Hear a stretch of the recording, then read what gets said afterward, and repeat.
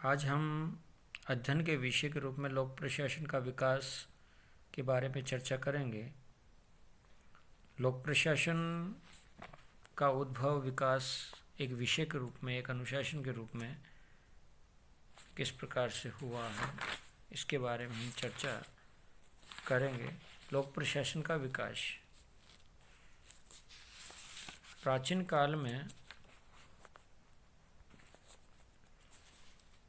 लोक प्रशासन प्रबंध की क्रिया तथा ज्ञान की पृथक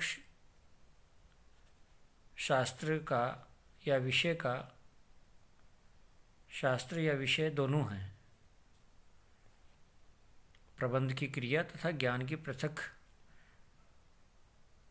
शाखा या विषय दोनों हैं। प्रशा, जो जर्मनी संसार का सबसे पहला देश है जिसने लोक सेवकों के कर्मचारियों को योग्यता और गुणों के आधार पर भर्ती किया।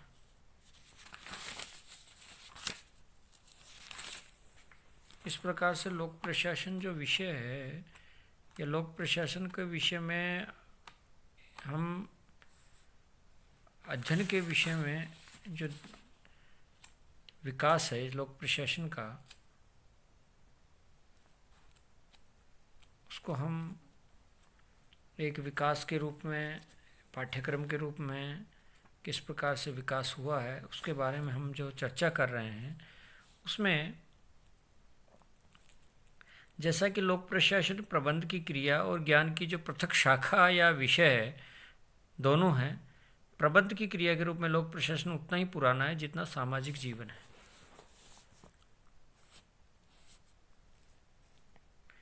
प्राचीन मिस्र, चीन, भारत, मेसोपोटामिया की जो नदी घाटियाँ हैं, सभ्यता की प्राचीनतम जन्मभूमि तो थी। इन घाटियों में ही लोक प्रशासन ने आरंभ में एक मूर्त रूप ग्रहण किया। मिस्र में नील नदी के जलमार्गों के नियमन की आवश्यकता के कारण केंद्रीय कर्मचारी तंत्र प्रशासन की प्राचीनतम व्यवस्था का विकास हुआ। प्रतियोगी परीक्षाओं द्वारा भर्ती किए जाने की जो लोक सेवा का विकास चीन के ईसा पूर्व 3री शताब्दी में हो गया था। प्राचीन काल भारत में भी प्रशासन की कला राजशास्त्र तथा अर्थशास्त्र का अंग समझी जाती थी, तथा गंगा सिंधु घाटी में ग्राम समाज, गणराज्य, राजतंत्रात्मक राज्यों में हमें इस बात का प्रमाण मिलते हैं कि वहाँ बहुत प्राचीन काल में एक पर्याप्त सुविकसित प्रशासकीय व्यवस्था विद्यमान थी। रामायण, महाभारत, कौटिल्य का अर्थशास्त्र में भी प्रशासन के कतिपय उन्नत नियमों का वर्णन किया गया है, जिससे प्रतीत होता है, जैसे इन ग्रंथों के माध्यम से एक हम कह सकते हैं कि अनुमान लगा सकते हैं कि वहाँ प्रशासनिक संस्था नाम की कोई संस्था रही है जो उनका नियमन करती थी उस समय। इसलिए लोक प्रशासन जो है जब से मनुष्य बना है उसकी जन्म संतति से, चाहे वह पारिवारिक अनुशासन की बात हो तो समाज जो कबीले का जो सरदार है मुख्य प्रशासक के रूप में काम करता था, तो कहीं ना कहीं जो सभ्यताएं मिस्र, चीन, भारत, मेसोपोटामिया की जो नदी घाटियों की सभ्यताएं हैं, तो उस समय एक ऐसी प्रशासनिक व्यवस्था रही है जो उन कर्मचारियों का, उन सामाजिक व्यवस्था का और वहाँ की जो प्रशासनिक कार्य प्रणाली है वो कहीं ना कहीं एक नियामक संस्था के द्वारा संचालित की जाती थी। प्रशासनिक संस्थाएं नियमन के माध्यम से या नियामकीय संस्थाओं के माध्यम से कार्य करती थी। इसलिए कह सकते हैं कि लोक प्रशासन का एक सुसंगठित रूप हमें प्रत्येक राज्य में देखने को मिलता था, चाहे वो प्राचीन काल हो चाहे अर्वाचीन काल हो। जैसा कि प्रशा है, जर्मनी संसार का सबसे पहला वो देश है जिसने लोक सेवा के कर्मचारियों को योग्यता और गुणों के आधार पर भर्ती किया। इस प्रकार से लोक प्रशासन का जो विकास है वो अपने तरीके से, अपने उस तात्कालिक समाज की आवश्यकता के अनुसार, तात्कालिक राज्य की आवश्यकता के अनुसार कर्मचारियों की तात्कालिक योग्यता के आधार पर उनका चयन होकर भर्ती की जाती थी।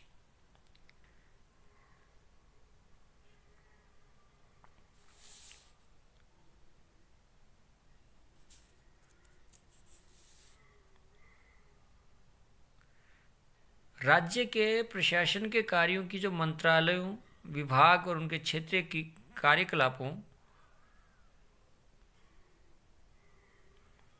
में संगठित क्षेत्रीय कार्यकलापों में संगठित कर लिया और एक ऐसी लोक सेवा की रचना की जिसका कर्मचारी को पूर्णतः सिफारिश के आधार पर भर्ती किया जाता था।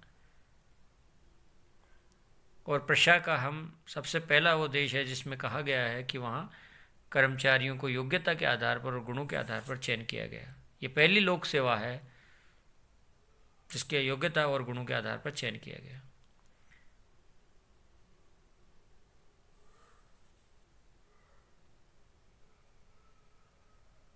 औद्योगिक क्रांति और लोकतंत्र के विकास के कारण प्रशासन के क्षेत्र में उसके कार्यों के बारे में अनेक जटिल समस्याएं उत्पन्न हो गई और विश्व युद्धों ने तो प्रशासकीय समस्या को और अधिक जटिल बना दिया, जिसके परिणाम स्वरूप ये हुआ कि प्रशासन का जो संगठन है वह उसकी कार्यविधि है पहले की अपेक्षा अधिक तकनीकी और अधिक कठिन हो गई।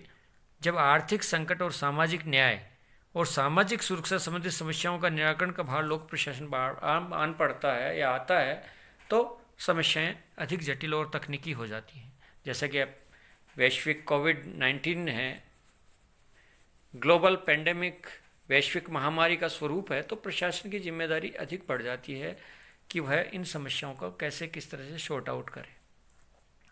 इसके आधार पर प्राचीन समय से लेके अर्वाचीन काल तक हम कोई न कोई शासन व्यवस्था ऐसी रही है जहाँ इस तरह की प्रशासनिक व्यवस्था का निर्वहन किया जा सके। लोक प्रशासन का विकास अर्वाचीन काल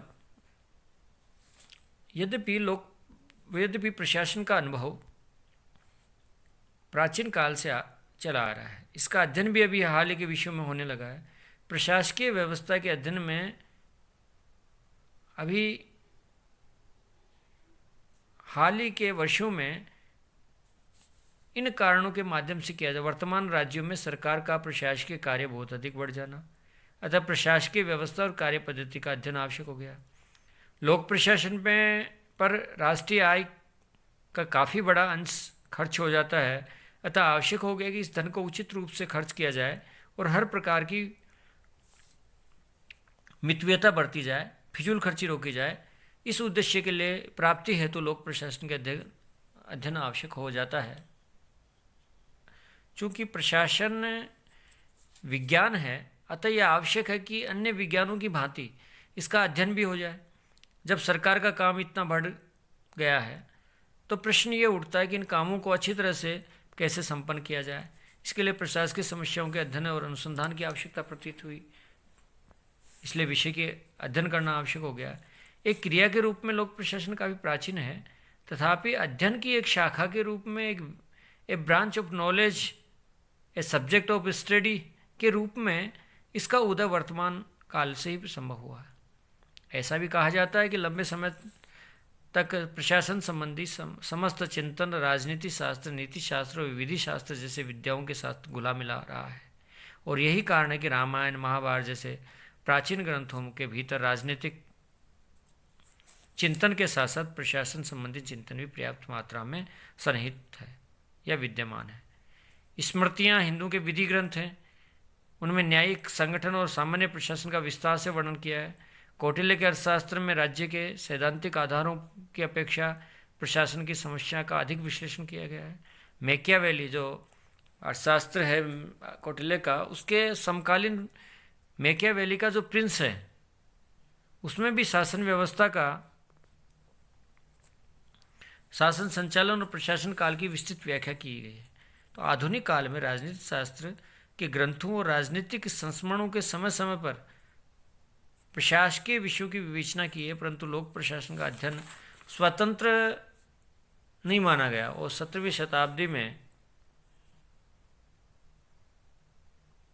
लोक प्रशासन शब्द का प्रयोग नहीं किया गया था। 17वीं शताब्दी तक लोक प्रशासन का शब्द का प्रयोग नहीं किया गया था। और यूरोपीय भाषाओं में लोक प्रशासन शब्द का प्रचलन 19वीं शताब्दी में जब हुआ, जब सम्राटों द्वारा लोक कार्यों में प्रशासन और उनकी निजी घरेलू व्यवस्था के बीच अंतर किया जाना जरूरी हो गया। यानी राजा महाराजाओं या सम्राटों के निजी कार्य और प्रशासनिक कार्य, घरेलू निजी कार्य और लोक सेवा के कार्य, उनमें अंतर किया जाने लगा। तब लोक प्रशासन की एक आवश्यकता हुई या लोक प्रशासन के कार्य का विभाजन किया गया। जैसा कि प्रशा में लोक प्रशासन के अध्ययन पहली बार प्रशा के प्रारंभ हुआ, जहाँ परिवीक्षाधीन लोक कर्मचारियों के प्रशिक्षण की उचित व्यवस्था की गई।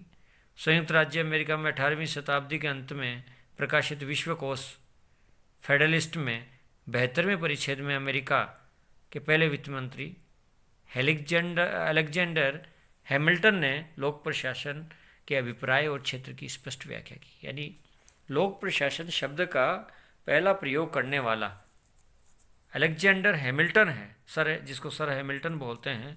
वह लोक प्रशासन के अभिप्राय और क्षेत्र की स्पष्टता व्याख्या की। इसलिए जब भी लोक प्रशासन का चर्चा होता है कि लोक प्रशासन शब्द सबसे पहले किसने दिया, तो सर हैमिल्टन या अलेक्जेंडर हैमिल्टन का नाम आता है कि उसने प्रकाशित विश्वकोश फेडरलिस्ट में 72वें परिच्छेद में अमेरिका के पहले जो वित्त मंत्री थे हैमिल्टन, उन्होंने लोक प्रशासन के अभिप्राय और क्षेत्र की स्पष्ट व्याख्या की कि लोक प्रशासन इसे कहते हैं। 1812 में फ्रेंच लेखक चार्ल्स जिनबोनिन ने लोक प्रशासन के सिद्धांत नामक विषय पर पहली पुस्तक लिखी।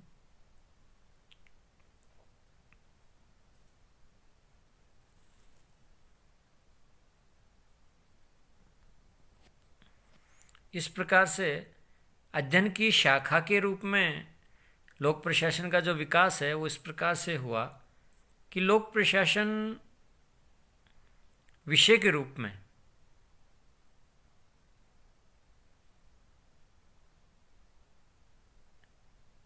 एक अनुशासन के रूप में संयुक्त राज्य अमेरिका में इसका प्रारंभ हुआ। 1887 में Woodrow Wilson A study of public administration में राजनीति से अलग स्वतंत्र विषय के रूप में प्रतिष्ठित किया गया।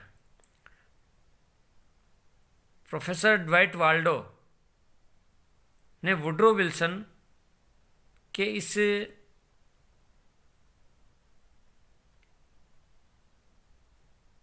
विषय के रूप में, जन्मदाता के रूप में या जनक के रूप में वुड्रो विल्सन को माना जाता है, और वह नितांत सही भी है। फ्रैंक जे गुडनॉव द्वारा राजनीति और प्रशासन के संबंध में निबंध लिखा। एल.डी. वाइट ने introduction to the public administration 1926, Willoughby ने प्रिंसिपल ऑफ पब्लिक एडमिनिस्ट्रेशन 1927 में निबंध लिखा। साइमन स्मिथ व थॉमसन ने स्वयं ने पब्लिक एडमिनिस्ट्रेशन लिखा। वाल्डो की जो रचना है administrative state and the study of the public administration, Chester Barnard की the function of the executive, Herbert Simon administrative behaviour, Max Weber का समान शास्त्रीय अर्थशास्त्र प्रस्तुत किया, टेलर का वैज्ञानिक निरूपण किया, लूथर, गुलिक और उर्विक ने सिद्धांतों के दृष्टिकोण इत्यादि सिद्धांत अपनाए गए। तो कहने का तात्पर्य है कि जो इन विभिन्न विद्वानों ने अलग अलग रचनाएं की या अलग अलग लोक प्रशासन को आगे बढ़ाने में सिद्धांतों और नियमों की आवश्यकता थी उस समय, प्राचीन समय में, कि लोक प्रशासन विषय में क्या क्या रखा जाए, क्या क्या सिद्धांत हैं, क्या क्या नियम हैं, और अनुशासन के रूप में क्या पढ़ाया जाना चाहिए। और लोक प्रशासन को राजनीतिक विज्ञान से पृथक विषय के रूप में स्थापित करने में जो वुड्रो विल्सन है, जिसको जनक कहा जाता है, पितामह कहा जाता है लोक प्रशासन का, उसका महत्वपूर्ण योगदान है। उन्होंने बताया कि राजनीतिक विज्ञान से अलग स्वतंत्र विषय के रूप में लोक प्रशासन को पढ़ाया जाना चाहिए।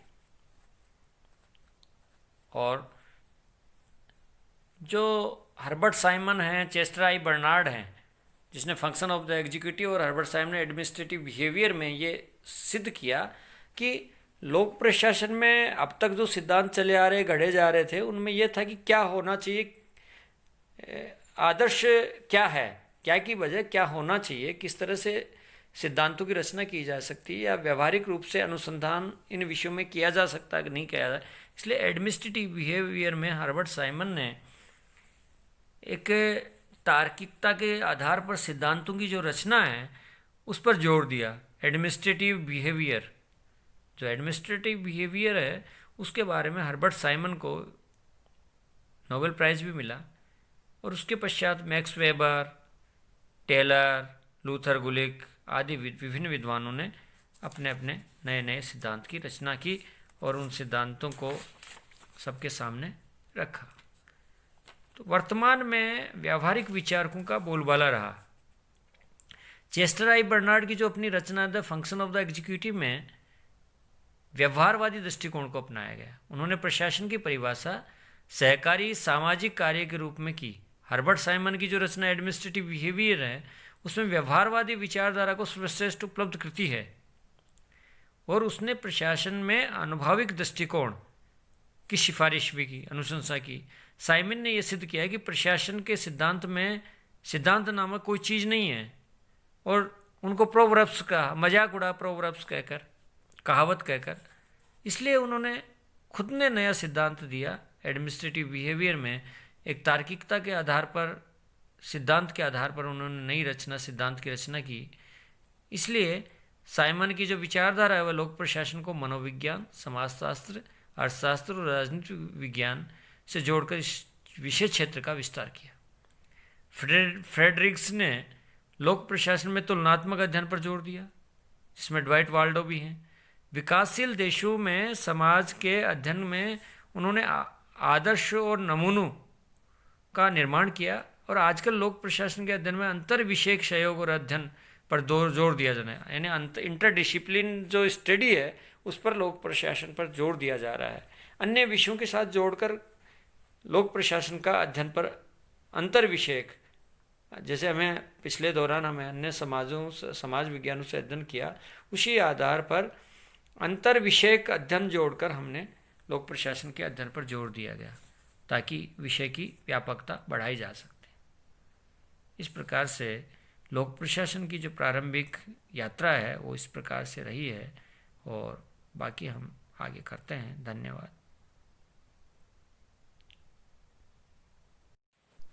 आज हम अध्ययन के विषय के रूप में लोक प्रशासन का विकास के बारे में चर्चा करेंगे। लोक प्रशासन का उद्भव, विकास एक विषय के रूप में, एक अनुशासन के रूप में किस प्रकार से हुआ है, इसके बारे में हम चर्चा करेंगे। लोक प्रशासन का विकास प्राचीन काल में लोक प्रशासन प्रबंध की क्रिया तथा ज्ञान की पृथक शास्त्र का या विषय का, शास्त्र या विषय दोनों हैं। प्रबंध की क्रिया तथा ज्ञान की पृथक शाखा या विषय दोनों हैं। प्रशा, जो जर्मनी संसार का सबसे पहला देश है जिसने लोक सेवकों के कर्मचारियों को योग्यता और गुणों के आधार पर भर्ती किया।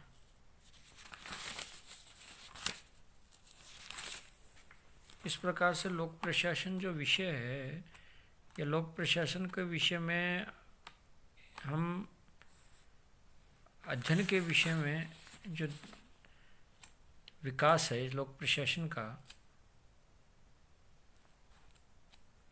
उसको हम एक विकास के रूप में, पाठ्यक्रम के रूप में किस प्रकार से विकास हुआ है उसके बारे में हम जो चर्चा कर रहे हैं, उसमें जैसा कि लोक प्रशासन प्रबंध की क्रिया और ज्ञान की जो पृथक शाखा या विषय है दोनों हैं। प्रबंध की क्रिया के रूप में लोक प्रशासन उतना ही पुराना है जितना सामाजिक जीवन है।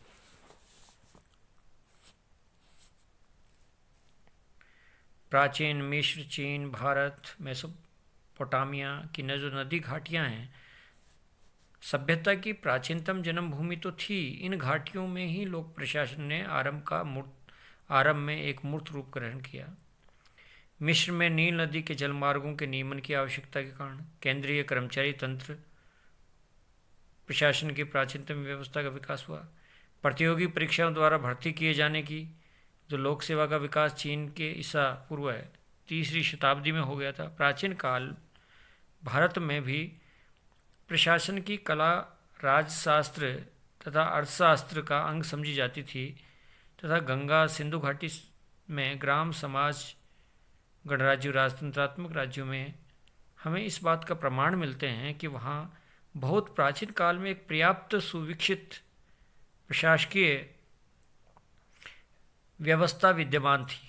रामायण, महाभारत, कौटिल्य का अर्थशास्त्र में भी प्रशासन के कतिपय उन्नत नियमों का वर्णन किया गया है, जिससे प्रतीत होता है, जिससे इन ग्रंथों के माध्यम से एक हम कह सकते हैं कि अनुमान लगा सकते हैं कि वहाँ प्रशासनिक संस्था नाम की कोई संस्था रही है जो उनका नियमन करती थी उस समय। इसलिए लोक प्रशासन जो है जब से मनुष्य बना है उसकी जन्म संतति से, चाहे वह पारिवारिक अनुशासन की बात हो तो समाज जो कबीले का जो सरदार है मुख्य प्रशासक के रूप में काम करता था। तो कहीं ना कहीं जो सभ्यताएं मिस्र, चीन, भारत, मेसोपोटामिया की जो नदी घाटियों की सभ्यताएं हैं, तो उस समय एक ऐसी प्रशासनिक व्यवस्था रही है जो उन कर्मचारियों का, उन सामाजिक व्यवस्था का और वहाँ की जो प्रशासनिक कार्य प्रणाली है वो कहीं ना कहीं एक नियामक संस्था के द्वारा संचालित की जाती थी। प्रशासनिक संस्थाएं नियमन के माध्यम से या नियामकीय संस्थाओं के माध्यम से कार्य करती थी। इसलिए कह सकते हैं कि लोक प्रशासन का एक सुसंगठित रूप हमें प्रत्येक राज्य में देखने को मिलता था, चाहे वो प्राचीन काल हो चाहे अर्वाचीन काल हो। जैसा कि प्रशिया है, जर्मनी संसार का सबसे पहला वो देश है जिसने लोक सेवा के कर्मचारियों को योग्यता और गुणों के आधार पर भर्ती किया।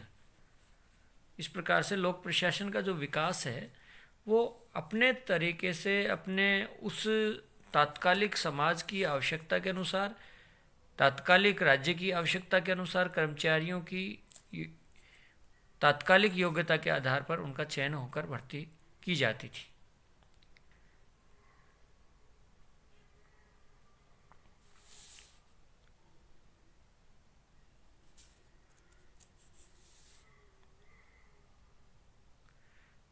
राज्य के प्रशासन के कार्यों की जो मंत्रालयों, विभाग और उनके क्षेत्रीय की कार्यकलापों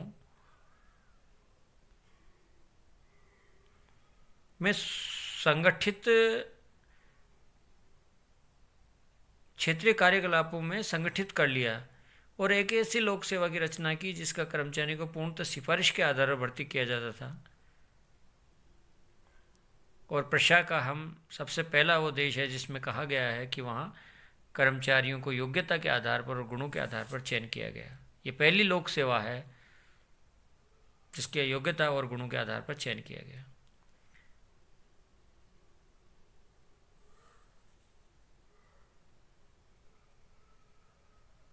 औद्योगिक क्रांति और लोकतंत्र के विकास के कारण प्रशासन के क्षेत्र में उसके कार्यों के बारे में अनेक जटिल समस्याएं उत्पन्न हो गई और विश्व युद्धों ने तो प्रशासकीय समस्या को और अधिक जटिल बना दिया, जिसके परिणाम स्वरूप ये हुआ कि प्रशासन का जो संगठन है वह उसकी कार्यविधि है पहले की अपेक्षा अधिक तकनीकी और अधिक कठिन हो गई।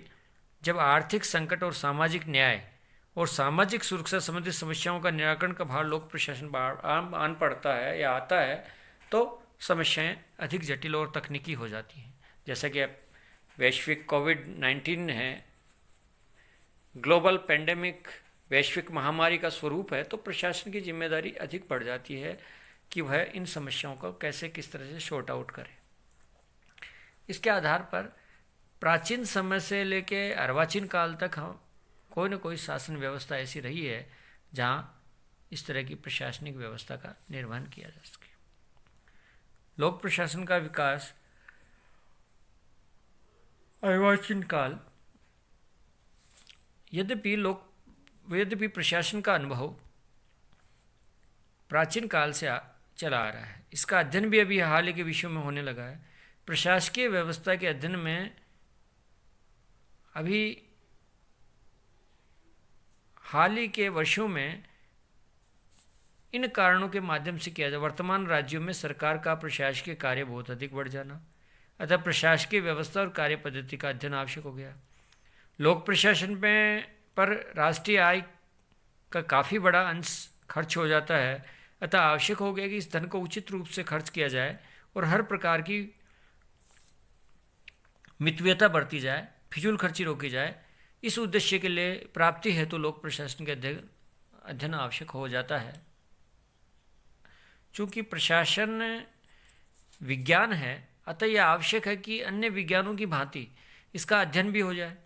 जब सरकार का काम इतना बढ़ गया है तो प्रश्न ये उठता है कि इन कामों को अच्छी तरह से कैसे संपन्न किया जाए। इसके लिए प्रशासकीय समस्याओं के अध्ययन और अनुसंधान की आवश्यकता प्रतीत हुई, इसलिए विषय के अध्ययन करना आवश्यक हो गया। एक क्रिया के रूप में लोक प्रशासन काफ़ी प्राचीन है, तथापि अध्ययन की एक शाखा के रूप में a branch of knowledge, a subject of study के रूप में इसका उदय वर्तमान काल से ही संभव हुआ है। ऐसा भी कहा जाता है कि लंबे समय तक प्रशासन संबंधी समस्त चिंतन राजनीति शास्त्र, नीति शास्त्र और विधि शास्त्र जैसे विद्याओं के साथ घुला मिला रहा है, और यही कारण है कि रामायण, महाभारत जैसे प्राचीन ग्रंथों के भीतर राजनीतिक चिंतन के साथ साथ प्रशासन संबंधी चिंतन भी पर्याप्त मात्रा में सन्निहित है या विद्यमान है। स्मृतियाँ हिंदू के विधि ग्रंथ हैं, उनमें न्यायिक संगठन और सामान्य प्रशासन का विस्तार से वर्णन किया है। कौटिल्य के अर्थशास्त्र में राज्य के सैद्धांतिक आधारों की अपेक्षा प्रशासन की समस्या का अधिक विश्लेषण किया गया है। मैकियावेली जो अर्थशास्त्र है कौटिल्य का, उसके समकालीन मैकियावेली का जो प्रिंस है, उसमें भी शासन व्यवस्था का, शासन संचालन और प्रशासन काल की विस्तृत व्याख्या की गई है। तो आधुनिक काल में राजनीति शास्त्र के ग्रंथों और राजनीतिक संस्मरणों के समय समय पर प्रशासकीय विषयों की विवेचना की है, परंतु लोक प्रशासन का अध्ययन स्वतंत्र नहीं माना गया और 17वीं शताब्दी में लोक प्रशासन शब्द का प्रयोग नहीं किया गया था। 17वीं शताब्दी तक लोक प्रशासन का शब्द का प्रयोग नहीं किया गया था, और यूरोपीय भाषाओं में लोक प्रशासन शब्द का प्रचलन 19वीं शताब्दी में जब हुआ, जब सम्राटों द्वारा लोक कार्यों में प्रशासन और उनकी निजी घरेलू व्यवस्था के बीच अंतर किया जाना जरूरी हो गया। यानी राजा महाराजाओं या सम्राटों के निजी कार्य और प्रशासनिक कार्य, घरेलू निजी कार्य और लोक सेवा के कार्य, उनमें अंतर किया जाने लगा। तब लोक प्रशासन की एक आवश्यकता हुई या लोक प्रशासन के कार्य का विभाजन किया गया।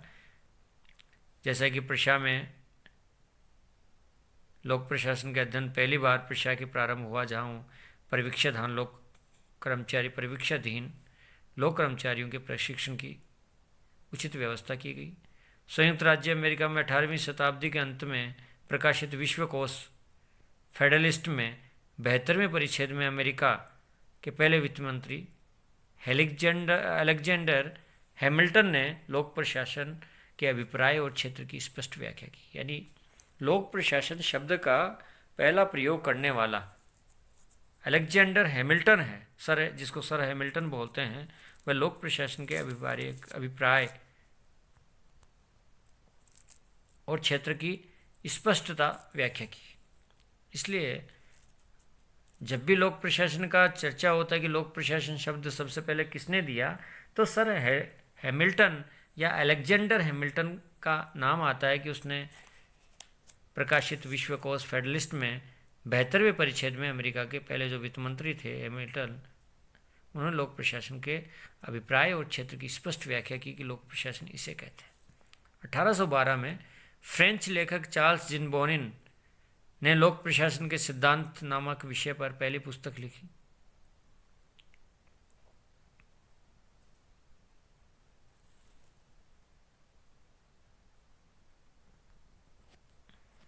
इस प्रकार से अध्ययन की शाखा के रूप में लोक प्रशासन का जो विकास है वो इस प्रकार से हुआ कि लोक प्रशासन विषय के रूप में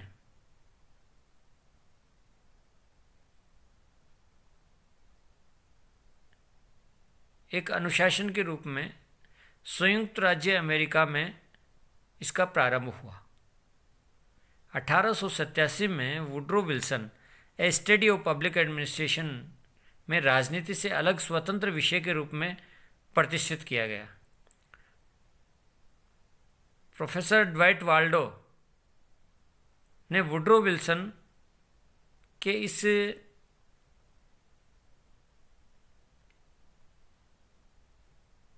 विषय के रूप में, जन्मदाता के रूप में या जनक के रूप में वुड्रो विल्सन को माना जाता है, और वह नितांत सही भी है। फ्रैंक जे गुडनॉव द्वारा राजनीति और प्रशासन के संबंध में निबंध लिखा।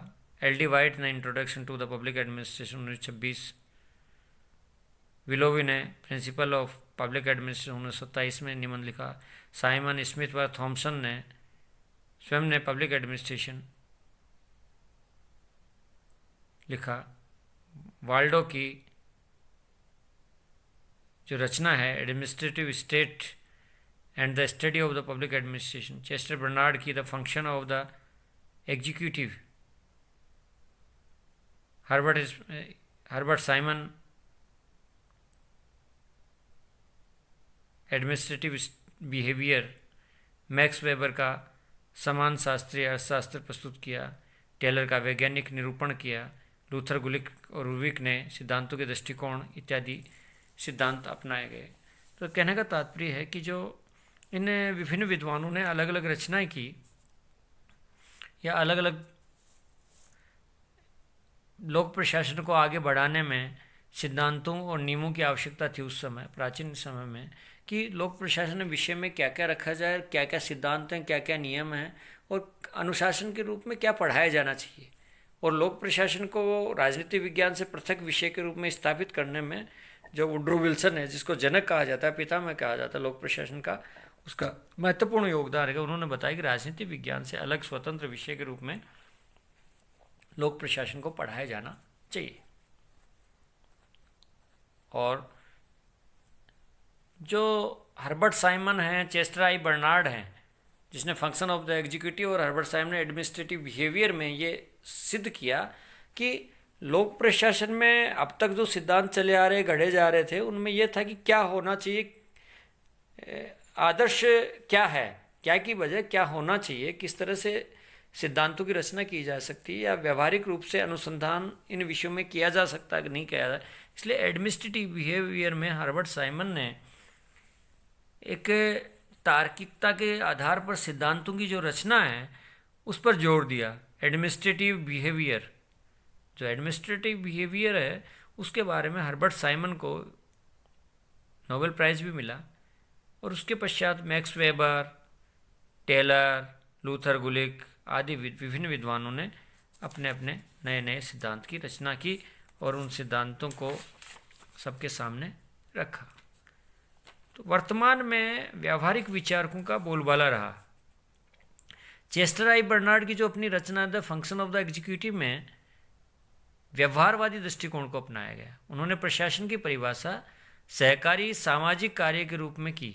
हर्बर्ट साइमन की जो रचना एडमिनिस्ट्रेटिव बिहेवियर है, उसमें व्यवहारवादी विचारधारा को सर्वश्रेष्ठ उपलब्ध करती है और उसने प्रशासन में अनुभविक दृष्टिकोण की सिफारिश भी की, अनुशंसा की। साइमन ने यह सिद्ध किया है कि प्रशासन के सिद्धांत में सिद्धांत नामक कोई चीज़ नहीं है और उनको प्रोवर्ब्स का मजाक उड़ा, प्रोवर्ब्स कहकर, कहावत कहकर। इसलिए उन्होंने खुद ने नया सिद्धांत दिया एडमिनिस्ट्रेटिव बिहेवियर में। एक तार्किकता के आधार पर, सिद्धांत के आधार पर उन्होंने नई रचना, सिद्धांत की रचना की।